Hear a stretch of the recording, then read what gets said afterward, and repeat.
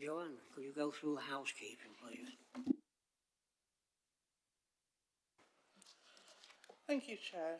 Firstly, housekeeping. In the event of the fire alarm sounding, please take instruction from staff and stewards. The assembly point is at Tudor Square. Please can I request everyone to switch mobile devices to silent mode so as not to disturb the conduct of the meeting. The meeting today will be webcast and the recording will also be available for people to view later through the Council's website. It's also possible that Sheffield Live TV will record and rebroadcast this meeting. Whenever the meeting is open to the public, photography, video and sound recording of the proceedings is permitted. However, the Chair has discretion to withdraw or suspend this permission. For example, if the recording is disrupting the conduct of the meeting or is being undertaken in a manner which could capture personal information, or in the event that a member of the public participating in the meeting objects to being recorded. Shall I outline the changes to the agenda, Chair? Yes, please, Joe. Right. So with regards to the agenda, on the printed papers and as published, item 7C, which is the planning application for land at the junction of Herries Road, and 7D, which is the planning application for Ecclesall Primary School. Both of those have been withdrawn due to the rules regarding the pre-election period, and they'll be rescheduled to another committee meeting after the general election. The other two planning applications will be hearing today. Thank you.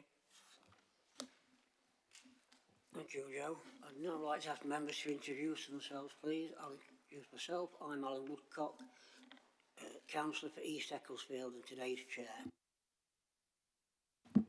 Laura Moynihan, Councillor for Manor Castle. Good afternoon. I'm Mike Chaplin, Councillor for Southey Ward, also a joint chair, but deferring to Alan today. Good afternoon, Nikki Belfield, Councillor for Firth Park Ward. Tony Downing, Councillor for Mossborough Ward.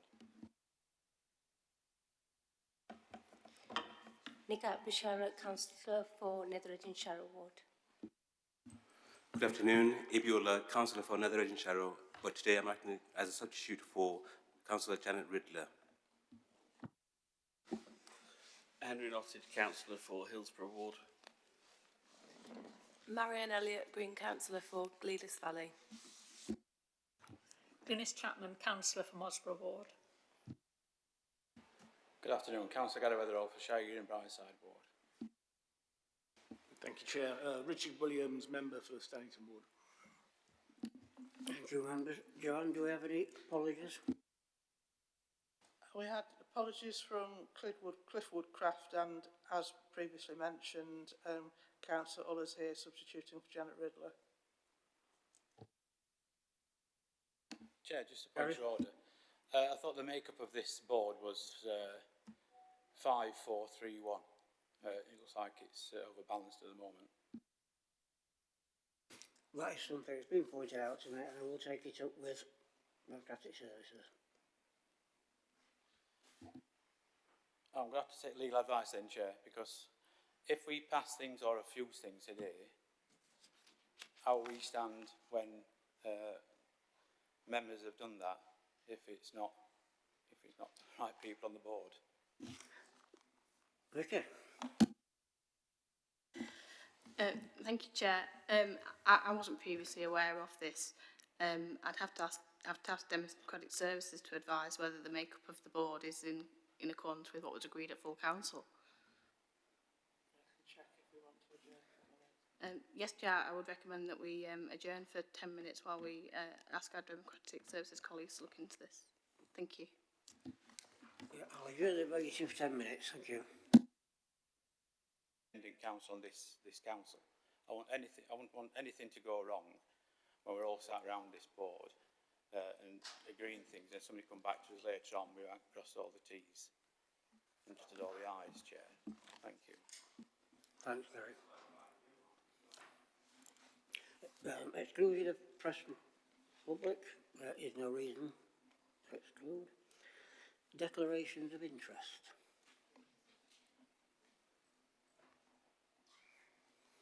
Just on that, Chair, can I make point where I did receive some emails from Forge Masters, and being a Shire Green and Brightside independent councillor, I was sent information from them as well. I've read the information, took it all on board, but I just thought I'd tell you at this meeting, Chair. Thanks. Forge Masters, Gary. Sorry? Did you say Forge Masters? Forge Masters, yes. We're not. No. We haven't got Forge Masters on the... Chair, I believe that you did receive something from, was it Aldi or? Aldi. That's where we're next coming, yes. So it's from Aldi as well. We've received all that, haven't we? But that's been removed from today's agenda. Thank you.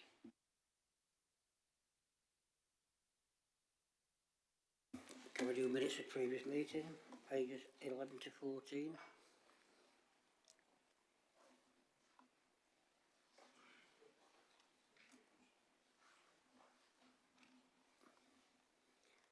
Are they true record? Yep. Yep, thank you.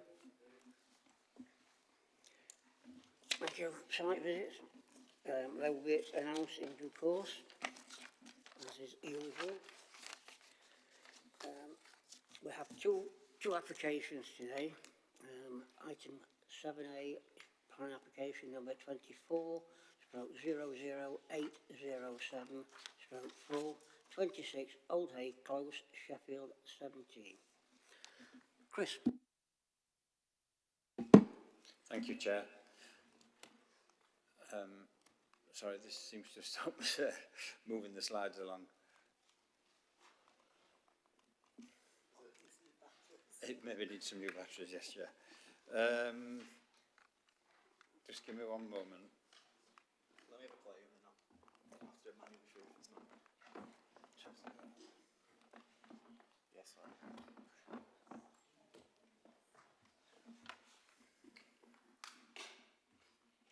No, we'll have to do next slide, please. I'm sorry. Okay. So if I'm just moving them along, please, to the. So you can see there it's a front porch infill extension on Old Hay Close, which is a property in Dorr, highlighted there with the red line. The next slide is an aerial photograph of that, which just gives the context. Thank you.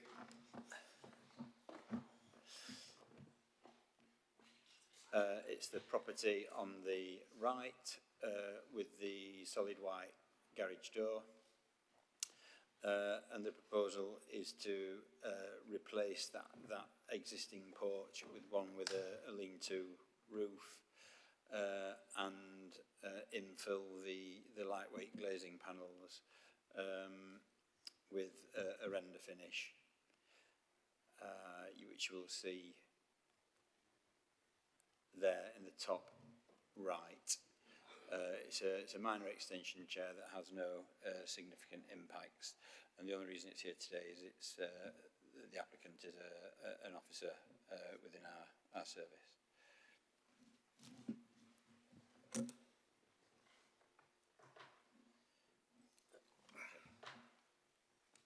Mike. Chair, I propose that we move the recommendation on this. There's really is nothing that we can take issue with. Just happens to be one of Sheffield City Council employees. Richard? Yeah, I'd be more than happy to second that proposal. I now understand why this application has come to the committee. Thank you. Can we do a vote then, please? Approve the recommendation, Chair. For the recommendation, Chair. For the recommendation, Chair. For the recommendation, Chair. For the recommendation. For the recommendation, Chair. For the recommendation, Chair. For the recommendation, please. For the recommendation, Chair. For, Chair. For the recommendation. Thank you. That's passed. Thank you.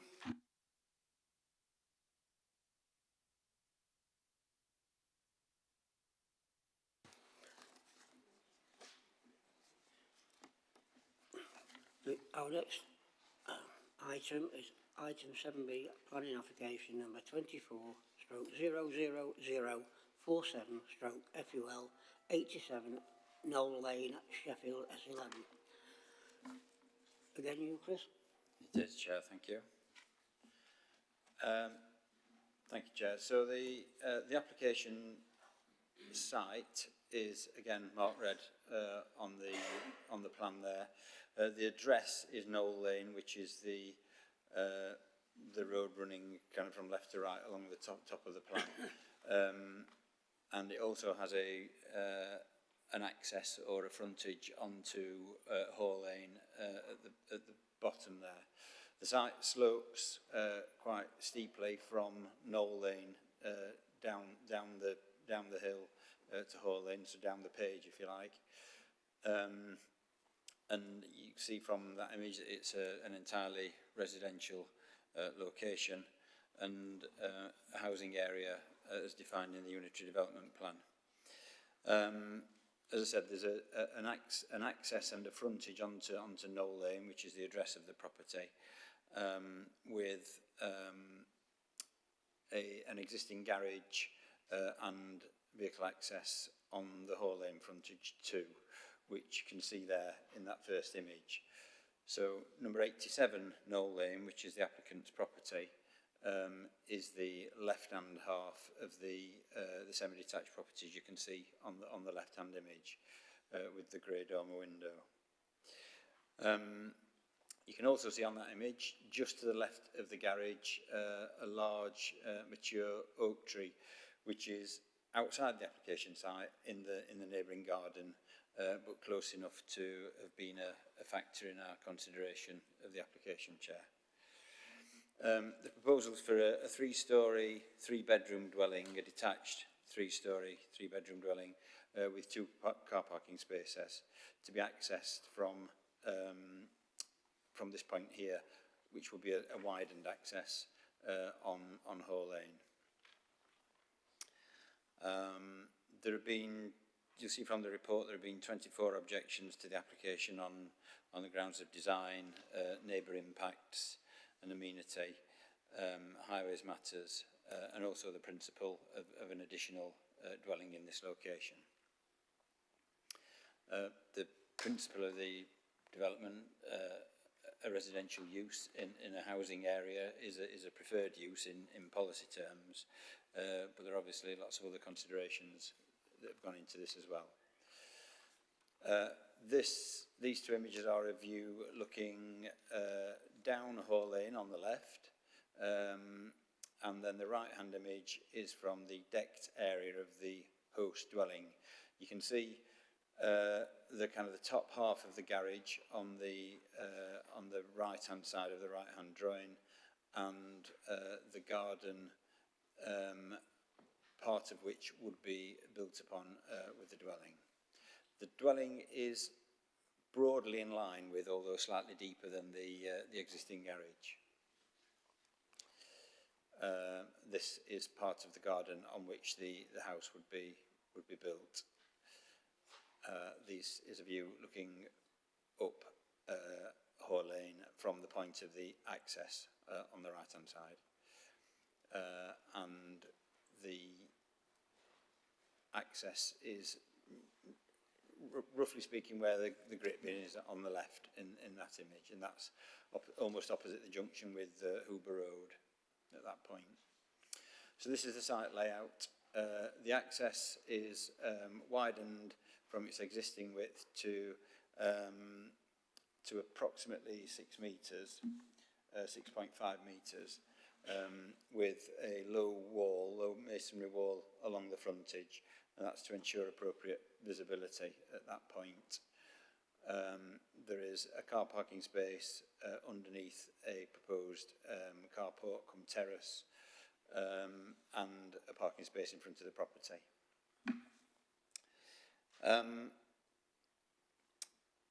So, yeah, the principle of housing is acceptable, Chair. It's a greenfield site, and there are policies that restrict the amount of developments on greenfield sites. but that has a 12% target through the plan period, and our completions on that are roughly in the order of about 6% at the moment, so we're comfortably within that target. Members will be aware that there's that Sheffield doesn't achieve its required 4-year housing supply at the moment, only having approximately 3 years. So housing policies within the plan are out of date in that regard, and the tilted balance within the MPPF is in play, which is a presumption in favour of sustainable development. The density is in line with the core strategy requirements, policy CS26. You can see from the right-hand image there that the red indicates the position of the house, and you can see how that relates to others within the vicinity. The design has been amended slightly through the process, with a portion of the original proposal being deleted from the left-hand end of the top left-hand image, and that was principally to do with the relationship to the tree, and to ensure that the tree could stay without being threatened and without threatening the house in the longer term. There's a very mixed character of properties along Hoare Lane, in particular, which is where this faces, and so we feel that a contemporary design dwelling isn't out of character. There's quite a varied character, and it's of appropriate scale. It uses brick with grey tiles and render for the projecting dormer. In amenity terms, in terms of impact on, in terms of accommodation provided for the end users, we feel it presents good quality accommodation. The report identifies a slight shortfall in terms of outlook from the third bedroom, or a third bedroom, which, because of proximity to the house at the back, the host dwelling, has been limited to obscure glazing, but has a roof light, and as one bedroom out of the 3, we feel that's acceptable in this particular case. There's a decent sized garden remaining for both properties, certainly achieving our guidelines. The scale and the topography ensures it's not overbearing, Chair, and there's no privacy loss due to the facts I mentioned previously. Essentially, it's most of the aspect faces towards Hoare Lane and with views over the city. In highways terms, it uses an existing access which has a 20-mile-an-hour limit on the road. There's very limited intensification that comes from the development, and the visibility is good. A number of objections raise concerns about the access and the junction of Hoare Lane and Knowle Lane, but given those factors, we feel this is acceptable. A tree report was submitted in relation to the tree, which you saw on the image, and you can just about see the radius of the canopy and identified or assumed root protection area on that plan. The tree report confirms the tree is in good health and would survive for a good number of years in its current form. And following the amendments and other confirmations on the method of construction which are set out within the report, we're now satisfied that there's no threat to its retention. And there is a minor biodiversity net gain within the scheme through the use of hedgerows, additional tree planting, and things like swift bricks and log piles and whatever that would form part of the development and the landscape scheme. In response to climate change, it incorporates electric vehicle charging points, solar panels, air source heat pump, and intended use of soak-away and permeable surfaces for rainwater. And it's also largely south-facing, with so there'll be good solar gain and light within the property. So overall, Chair, with the tilted balance in mind, where planning permission should be granted unless there are significant adverse impacts that outweigh the benefits, as there are no significant adverse impacts, the recommendation is to approve, Chair. Thank you, Chris. Members' questions? Marianne? Thank you, Chair. Thank you, Chris.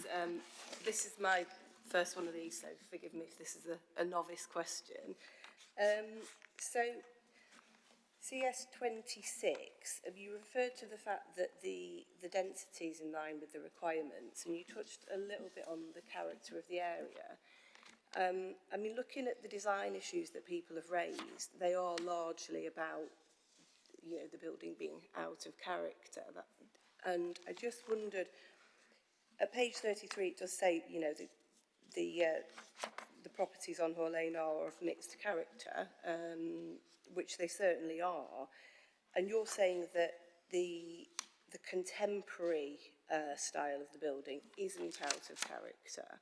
I just wondered, because there aren't any other sort of contemporary style buildings there, what's the justification for that reasoning? Thank you, Chair. I'm not sure if it does show on here, but yes, the properties tend to be of a generally more traditional form. I would acknowledge that, but there are elements of the properties, including the one opposite, which has had a number of additions. You can't quite see it on this image, it's sort of behind where that tree is, which are of a contemporary form. But also the scale, first of all, is very much in character with the proportions of the building, the space around it, its relationship to the road, etc., are all very much reflective of the character of the and the density of the area. The architectural treatment is slightly different. Well, it is different, but that doesn't necessarily make it kind of out of character, given the mix that exists there.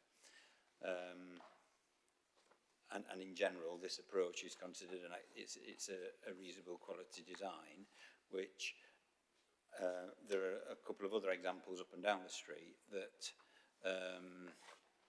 I would say are less successful, that have attempted to be slightly more traditional without being overcritical. And therefore we felt that this approach was a good one in this case. Thank you, that's helpful. Mike? Thank you, Chair, and thank you, Chris, for the presentation. I think I'm coming round. Well, I'm broadly in favour of this application, but I'm concerned about the tree roots. The house isn't being built over it, as I understand it, but given the extent of the canopy, it does suggest that the hard standing would be over the top of the tree roots.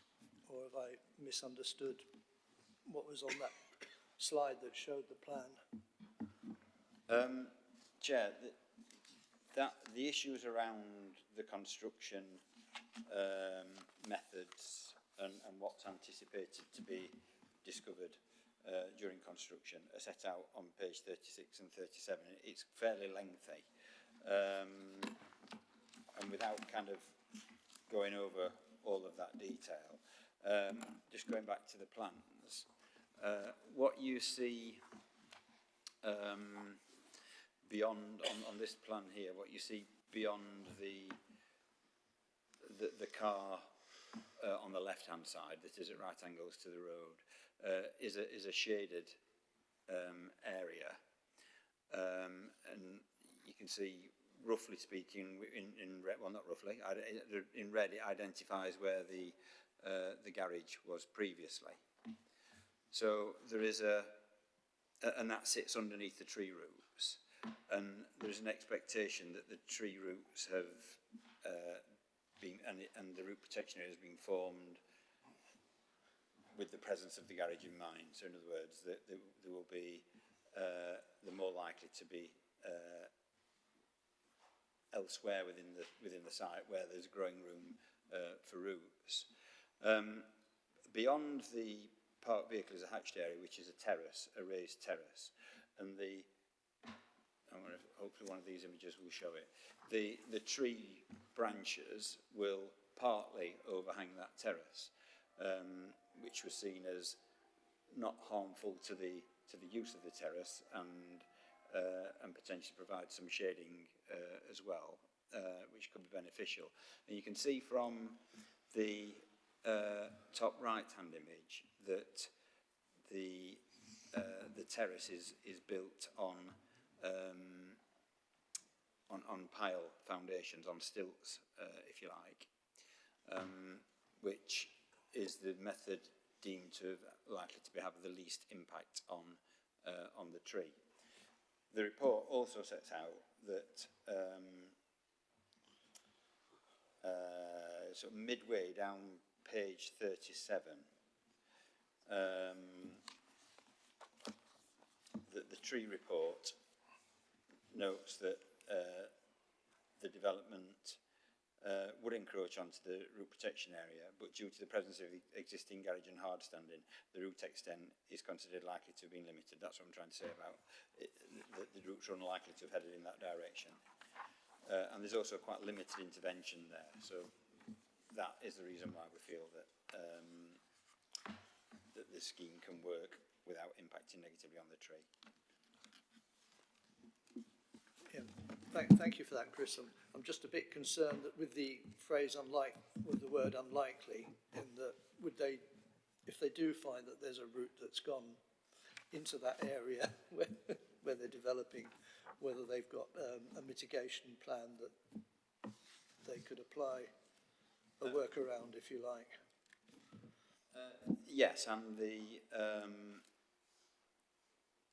the likelihood being low means that there'll be very limited roots within the area, and trees can stand some impact to a small proportion of the roots without it having long-term health impacts. So just the other question, Chair, if I may. Near the bottom of page 37, you refer to the provision of a swift brick, and I was wondering why only one swift brick would be put into that development, given that the way swifts tend to congregate and nest when they do have to land, they do sort of come in groups, and so you would probably want maybe 3 or 4 bricks in a gable end. Chair, I can't answer why only one was put forward by the applicant, but we found that to be an acceptable level of provision. I'm not an expert on swifts and whether they nest communally or not, so I can't answer that, but it's part of a package of ecological enhancement measures that we found to be acceptable and meeting our requirements, so we didn't request further. Well, given what I understand from people who know about swifts, it would be better to have, I would suggest, three bricks in the building rather than one. And I mean, there are other birds as well. I mean, we call them swift bricks. It's not only swifts, but also house martins and house sparrows that would also take advantage of that. And all those species are endangered. Are you asking that as a proposal, Mike 3? I am, Chair. Yes, please. So we have,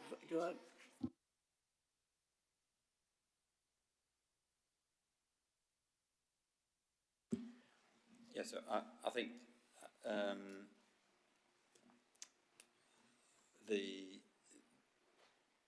as I said previously, that is part of the proposal in response to our requests of the applicant to ensure the scheme complies with MPPF policy, and in paragraph 180 where it seeks no net loss of biodiversity. Bear in mind this application was submitted before the the new legislation which makes this mandatory for certain forms of development since February. So our policy position was paragraph 180 of the MPPF, which seeks to avoid a net loss and to secure net gain. We felt that this level of provision, whether it includes a swift brick or alternative methods such as the log piles or the hedgerow planting or the additional tree planting, was a proportionate response to the to that request, and I'm not sure whether insisting on more would be proportionate, Chair.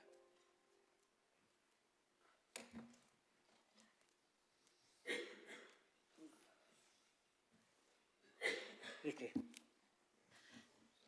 Chair, thank you. Just to sort of reiterate that point in terms of conditions, as those members that have been around for a while will be bored of me telling you that planning conditions need to meet the 6 tests, one of which is that the condition needs to be necessary. And with that in mind, it does need to be that you would refuse permission if this condition was not there. So it isn't something just whether it's nice to have it. Obviously, the planning officer is outlining that the proposal as it stands is policy compliant. So do bear that in mind. Thank you. Chair, I'm not putting it forward because it's nice. I'm putting it forward because we also have a biodiversity problem. Yeah, and with endangered species. Because of the way modern buildings are constructed, you don't get those kinds of birds being able to nest in buildings. Originally, they nested in deep in forests, but mankind has cut down rather a lot of those, so there isn't the scope for them. So it's about mitigation, Chair, and so I'm going to stick with my proposal if anyone would like to second it.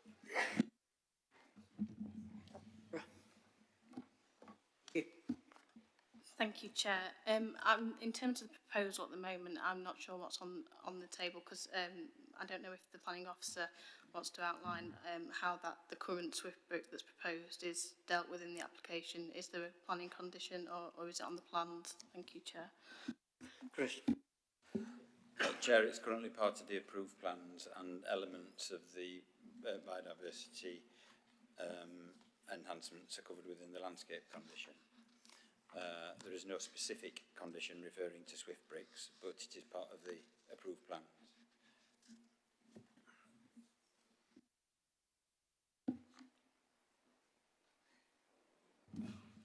Chair, I propose it be added as a condition. For three bricks. I'll second that, Chair. Henry. Thank you, Chair. I think it's probably worth noting that the advice from Sheffield Swift Network is that a medium-sized house would have 2 to 4. So there is some additional information from what you could consider an expert in the field, that's an appropriate number. And I don't think it would be prejudicial to the development going forward in terms of expense. I don't think it would be overly onerous on the developer.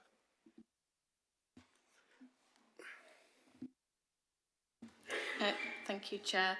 I would be concerned myself that we're potentially here having a condition that the development needs to be built in accordance with the approved plans, and the approved plans show 1 swift brick, and then you'd have a contradictory condition asking for more. So I do think we need to consider that. One option for members going forward is to put it into the directives or the informatives that the committee said that that 3 bricks would be preferable, and that going forward you do ask officers in such applications to consider trying to deal with swift bricks either by approved plans or by condition. Thank you, Chair. Laura. I think we have asked that. We've raised the issue of swift bricks now on 2 previous planning committees, and it's not coming through as a condition. So I would like it as a condition because I think it's really important. Chair, do you mind if I come in here? I think everyone's aware of the the benefits of Swift bricks, but remind officers that we're meant to make decisions in accordance with the development plan, and we don't have any specific policies relating to Swift bricks as yet in the current plan.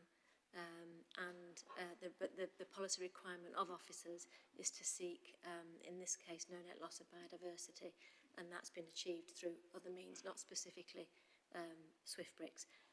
My as Vicky's suggested, that we have to always bear in mind the 6 tests when we're considering adding any conditions.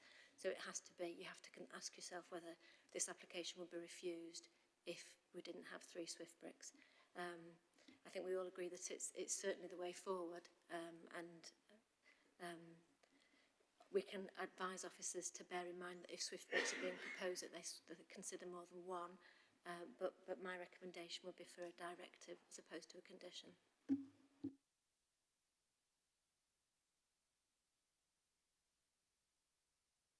Vicky? Thank you, Chair. I would agree with the planning officer in that respect, because at the moment, as I say, the proposal on the table is to putting a new condition that would contradict with another condition about developing in accordance with the approved plan. So we'd be sort of telling them to do one thing with the approved plan condition and another thing with a different condition. So in that respect, Chair, I do think directive in this instance would be a suitable way forward to try and meet this issue. As Diana has said, you do need to be making decisions in accordance with the development plan unless material considerations indicate otherwise. So, as I say, it is policy compliant. So what the officers are advising you there is that it would be in accordance with the development plan to approve this application. Thank you, Chair. Nikki? I hear what you're saying about this plan.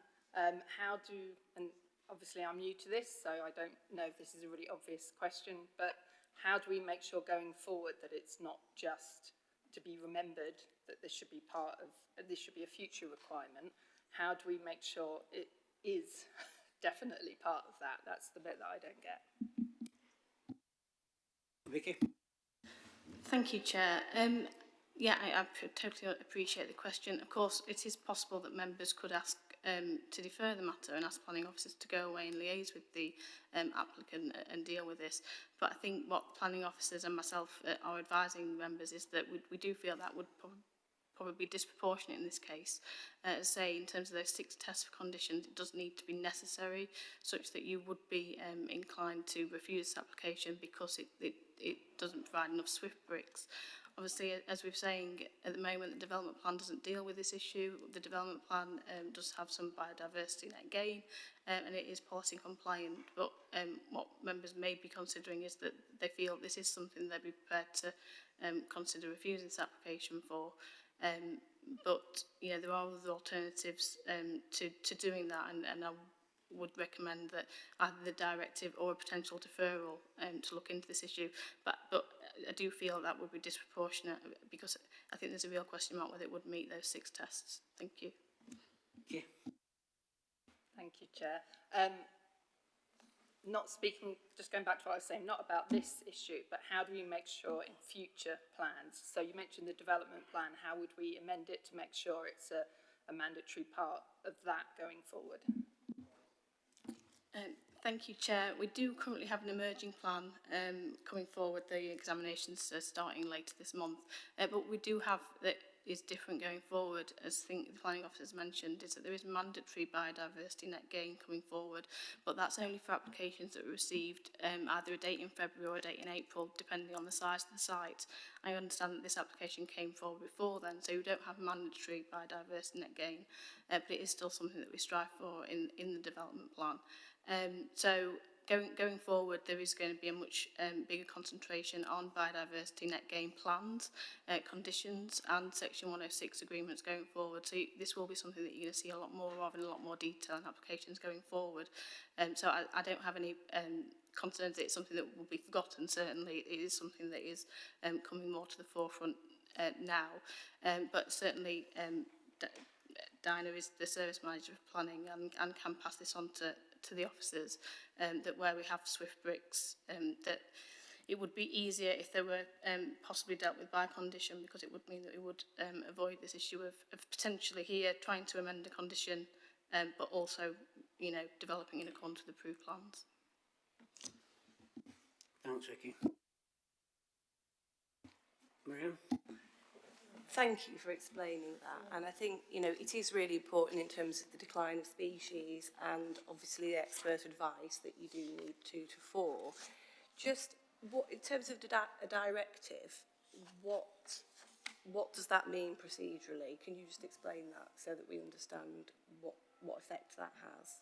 If it's not a condition, if it's a directive. Thank you. Thank you. A directive is just informing the applicant of other issues that they need to be aware of. So a directive may tell them that they need to liaise with the gazetteer if there's a new address, if they need to liaise with highways if there's going to be a highways issue. So it is just for information purposes, just to make them aware. So it wouldn't actually be binding upon them as such, as a condition would. But obviously in terms of this, what I haven't mentioned in the previous discussions, obviously, we've got the tilted balance in play here. So that means that the policies are out of date. So the NPPF, National Planning Policy Framework, does tell us here that we should be approving applications such as this unless there are significant or demonstrably adverse impacts that outweigh the benefits. So with the tilted balance in play, it does make this discussion about Swift bricks more disproportionate than it would do if it were not in play. Thank you. Mike? Chair, it would be a lot less disproportionate if we hadn't gone into extended discussion over this. I think it's a reasonable ask. We're talking about maybe, what, £30 maximum per brick. We're only asking for 2 more than is in the document. Given what's been said about the decline in bird species and other animal and plant life, I still believe this is a reasonable ask, and I believe it should be put to a vote. Thank you. From what I understand, if we go to a vote, we've got to say that if this doesn't happen, we're going to refuse. The National Planning Policy Framework says that conditions need to meet 6 tests, one of which is that it's necessary. So that means when you're making that decision whether the application is in accordance with the material in accordance with the development plan, unless material considerations indicate otherwise, what members would be suggesting is that unless they're the Swift brick, when they're considering that decision, that they're saying that they would refuse it because there are not sufficient Swift bricks in this case. Obviously you've got 1 and members are inclined to go for 3. So that is what the National Planning Policy Framework tells us, is that it needs to meet those 6 tests. So whilst in the room, obviously you can put forward a motion and vote on any condition you wish, it is worth bearing in mind that obviously it's then open to the applicant to appeal that decision and say that those 6 tests haven't been met. But in terms of whether members are inclined to take this forward, I would just ask that if you do take it forward, it's and a condition does get added, that you let the wording be agreed between the officers and the co-chairs in the future, because we will need to consider this position where, as I say, the approved plans show 1 brick, but then the conditions are saying something different. So we will just need to perhaps think about the wording that will be dealt with. Say if a new condition is proposed, seconded and voted on in that way. Thank you, Chair. I've got Richard. Have we concluded this? Thank you, Chair. Just looking for a way out of this. Is there no way of being able to defer this and talk to, like, putting some of this aside and, like, human beings, talk to human beings and say, would you mind putting a few more Swift bricks in? And it looks like, you know, that would mean it would go through and that would be the end of it. Thank you, Chair. As I think I've said, it is optional for members to say we really want to see more Swift bricks in this development. We'd like to defer and ask the planning officer to liaise with the applicant on that basis. That's certainly an option for members going forward. Obviously, just in terms of the wider thing, whether that's a proportionate response to the application in front of us, which is policy compliant, is a different matter. So it's just something really for members to bear in mind that, you know, we've got to make decisions in accordance with development plan unless material considerations indicate otherwise. At the moment, with this application for housing, with the tilted balance in play, you've got that additional hurdle to overcome as well. So it's just sort of, obviously today we've only got 2 applications, we've already done one, so it sort of feels like we've got a lot of time to discuss this, and I think that's possibly, you know, why we are going through these lengthy discussions. But it is just to bear in mind that yes, you can defer and ask planning officers to look into something that you're considering refusing the application for or going against the officer recommendation. But whether it's reasonable to do so in terms of this, because you do have the presumption in favour of sustainable development. Obviously, the applicant has got all matters have got timescales to meet, etc. So we may need to agree an extension of time with the applicant. Otherwise, they could appeal for non-determination, etc. May have to refund the planning fees. So it's just bearing all that in mind. You know, there's obviously it's something we can put in the directive. We could put a planning condition in, or you could defer. You know, they're all options are on the table in terms of what members want to put forward and second and vote on. Thank you. Gary. Yeah, thanks, Chair. It's every member's right to ask questions around this table, so I don't think we're wasting time ever. You know what I mean? But I think we've had some really good advice from officers on this particular brick or bricks. The 6 tests on planning have been here a long time. You know, we've got to take. You know, we've got to listen to our officers, and especially when they're talking about the 6 things of the test. And it's got to be in the plan. It's all about policy. So we've got to go back to our groups and push these things forward to make sure they are in policy and they are in the plan. And that's the only way we're going to do it. If we do stick this in now, and it does come back, the client says, no, I don't want that, I'm going to take you to court. How much will that cost us, Vicky?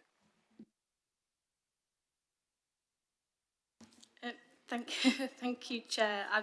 I might just go a little bit off piece with this response, because what the only way in terms of a financial penalty in respect to the decision for the council, it would be the potential way that would play out, I think, would be if members were inclined to refuse because of the lack of swift bricks and it went to planning appeal and they made a cost application alongside that appeal. That would be where there would be an issue, potentially. But obviously, the cost of a potential planning appeal isn't something to take into account.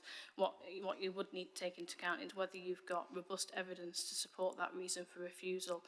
Obviously, in this instance, it's compliant with the development plan. It's whether this would be a material consideration which you think indicates otherwise. When particularly in this instance, it really should be something that is dealt with. You know, in the development plan going forward. So, and obviously we have got the mandatory biodiversity gain coming in as well. So it is certainly something that's on the table and moving as an issue. But yeah, in terms of cost, it would be that cost of a planning appeal. Should the matter be refused, I think would be most likely to be a financial impact of making this decision. But as I say, that is not a material consideration. Thank you. Yeah. Yeah, just wanted to mention, I mean, listening to everything, my biggest concerns at the beginning were the impact on neighbouring properties and highways issues and stuff, which is, it seems like it's all addressed and it's policy compliant, and I think, you know, every question raised is important by everyone, but I think for yourselves, to assuring us that, you know, this is okay to go ahead as it is, and obviously the policies that came afterwards where other things are included. But if something is identified like the swift bricks, I'll be honest, I haven't got much knowledge around this, but listening here, if something has been identified, and I think just making sure that it's actually logged and addressed, whether it's directive, you've just explained the difference between that, just making sure that emphasising the importance of that. But I think if it's, from what I'm understanding, if it's policy compliant and everything else is looking good, and also it's been addressed I feel it's reasonable ask, but I think in terms of something being identified, because I don't know, I'm just going to ask this question, if it goes ahead with this one, the Swift Briggs, is there a huge impact, negative impact? Just out of interest, but other than that, I'm fine with that. I'm not sure I grasped the question there. I think the question was: is only having one Swift brick a negative impact? And my view on that is no. It's an enhancement of what we have there at present, and that enhancement, as we've said, meets the policy requirements set out in the MPPF, and it's part of the package of other measures which are also enhancing biodiversity. Thank you. Can I make a suggestion that the committee we go for a directive that would then resolve this issue? Is Mike willing to that, Chair? Yep. You're taking that down then, Mike, your proposal for a... So, people seem to have been... Sorry. People seem to have been determined that I do not put the proposal, which I do find very frustrating in the circumstances. I don't think anyone here was seriously saying that they were going to turn down the application if the number of Swift bricks were not increased.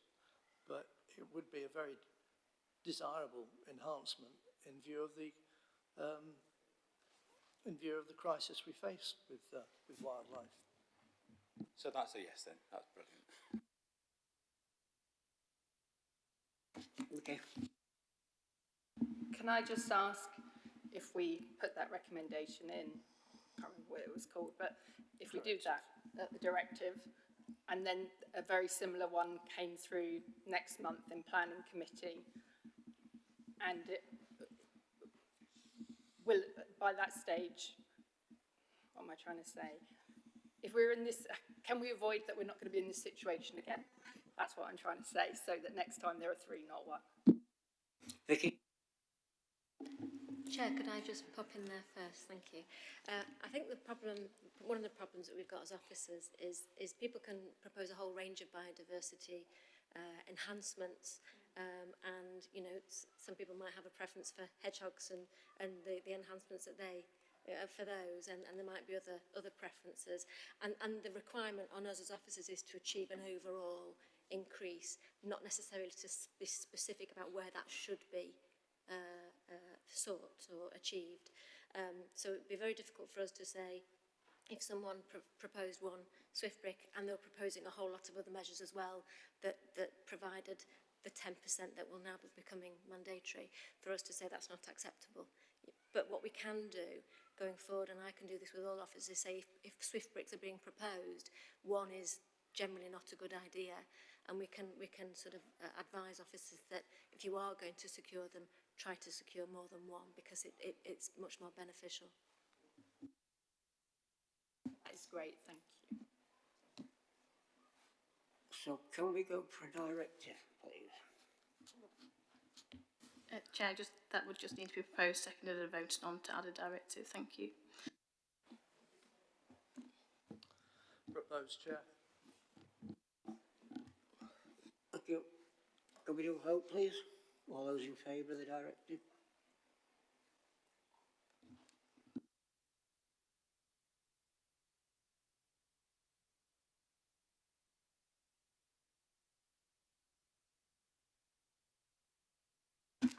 That will be drawn up with the co-chairs and the planning officer. And will we get a report back on whether they do put three? No, you'll just find out that we now have a directive that says whatever the directive says. You'll get to know what the directive says, yes, of course. I have Richard, which is on a different matter. Thank you, Chair. Yeah, a couple of questions really. Firstly, I know, Chris, you covered it, but just for my own, so I'm completely clear on it. Access is not an issue on this occasion because it already exists from the garage, the existing garage, and so we're not, because I know there was a lot of local concern with that you're adding another access point perceived another access point at it quite close to what I believe is quite a accident-prone junction. But could you confirm that isn't actually the issue? I can, Chair, from my point of view, and if Helen wants to add any more, feel free, Helen. But so yes, it's an existing access. You know, anecdotally slightly underused, but it's capable of being used. It's also capable of being widened without the need for planning permission, because it's not onto a classified road. So it could be utilised by the existing property should they decide to no longer park their vehicles on the Knowle lane frontage for a couple of vehicles quite comfortably to serve that dwelling, which I presume is what historically has happened there. So that's, if you like, the current situation, and the proposal is for a house which has 2 vehicles or 2 parking spaces for a 3-bedroom dwelling. So there's an argument that the impact is actually no different. Obviously, it is being physically widened, but as I say, with certain criteria, that could be done without the need for a planning application. In terms of, Helen, through the process, has advised that the visibility is acceptable and that there's no significant concerns about the network at that point. But if Helen wants to add any more than that. Thanks, Chair. I don't think there is a lot to add, but other than to say actually the widening makes the access safer because at the minute it is quite narrow. The widening will actually ease manoeuvring there. I think the junction that was mentioned was Hawkley and Hoober Road. At the end of the day, we're talking about potentially 6 to 8 additional vehicular movements, which, as Chris said, really could already be being generated by that site anyway. So there isn't any concern about the use of that existing access. Thanks, Chair. Yeah. My next point is regarding actually the size of the gardens. I'm concerned that for the garden that's left for the existing property looks remarkably small. The nature of the whole land is the Knowle Lane and Hall Lane. It's kind of, they arrow head towards the junction. The land gets smaller, and in fact what's happening is that the bit of garden left for the existing building is quite small, and I suspect that actually the new building is creeping closer and closer to the road. And I mean, back in the day it was what I'd call street scene. Is that getting out of proportion? And I'd just like is it within the policies that the gardens are the right size or adequate? And yeah, that's basically my points. Thank you, Chair. I mean, the minimum requirement for gardens is 50 square metres or 60. There are two different guidelines and 2 different documents. But yes, you would also take account of character of the area. The report sets out on page 35 that the new dwelling would have a rear garden of 70 square metres plus a terrace which is in the order of 14 square metres. So you've got approaching 85 square metres there, which is comfortably above the guidelines. And the host property would retain a garden of 100 square metres and 10 metres in depth, which is comfortably above the guideline. Actually, the property that has the smallest garden is the new one in the balance of this. And yes, they are smaller than probably the majority of gardens that you can see on that image. I mean, some of them are huge. And in comparison, these look very small, but they comfortably meet our guidelines and exceed them. And if you look just to the left, next door but one, if you like, to the left, there's a subdivision that's quite similar. Yes, it is coming to the point of the triangle as you go towards the east, but it's still, in our view, sufficient and not sufficiently harmful to character for us to say that was a problem. Yeah, and just finally, a more simple question. If on your slide where you had the footprint in green, that one, you've got hedging on both the left border and the right border. Then there's gaps in the hedging. What's happening there?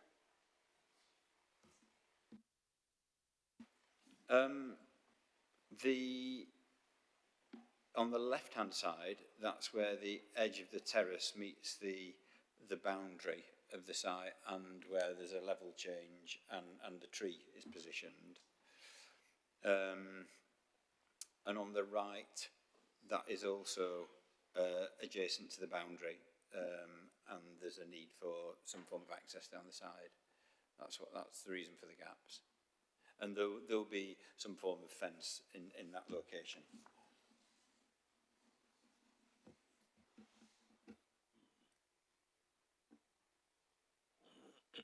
Or the form of boundary treatment in lieu of the hedge. Thank you. Henry. Thank you, Chair. I've got a few questions, but I'll try and keep them targeted and concise.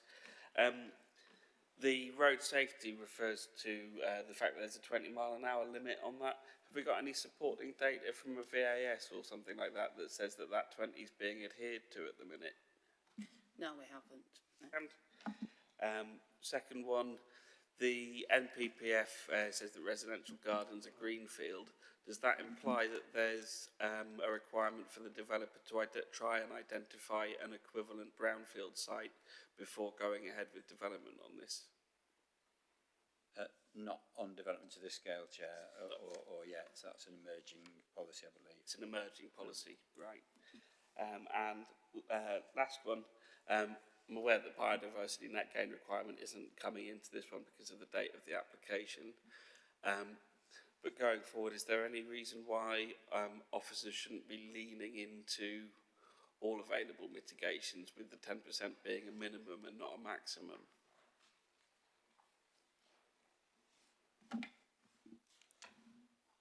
Chair, going forward with mandatory, the mandatory requirement, 10% is regarded as a minimum, and on many schemes where through negotiation and where the applicant has provided the appropriate metric to do all the calculations, we've had several cases where mitigation has far exceeded the 10%. So yes, going forward, that's definitely a possibility, and is the case that it's a minimum.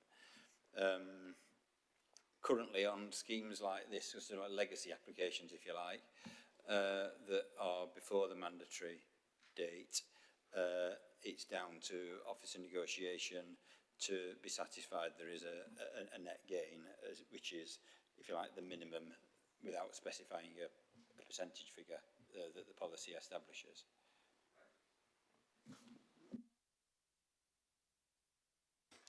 Any more questions? Any more comments? Do it. Yeah, thank you. I really can't see any real good reasons to refuse this. I think it's a decent application, and in view of the tilted balance, I'm inclined to vote for this, for the officer recommendation, Chair. Thank you. Gibby.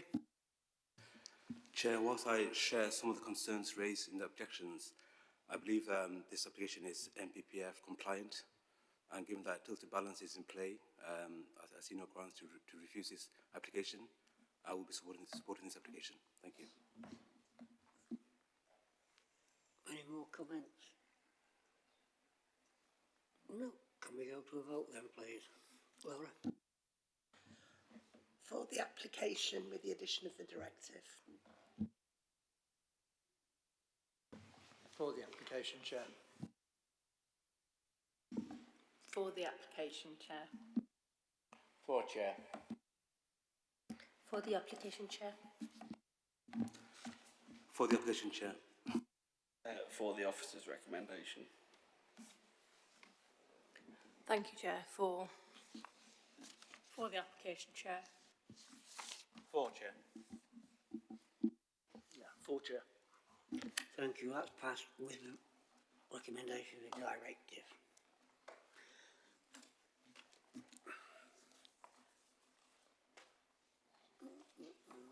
Do we have any think on the appeals? I have nothing to add to the report that's provided for members, Chair. Right, so thank you all. The next meeting will be on Tuesday the 21st of June at 2 p.m. Pardon? I wanted to thank the officers because it's good to see so many of the appeals dismissed. Our officers have a very good track record with this. So I wanted to thank you. Chair, can I just take the opportunity to just advise members that I believe an extraordinary meeting of the committee is being arranged for the 9th of July to deal with the 2 applications that have been deferred from today. So please do look out for that invite in your calendars. Thank you.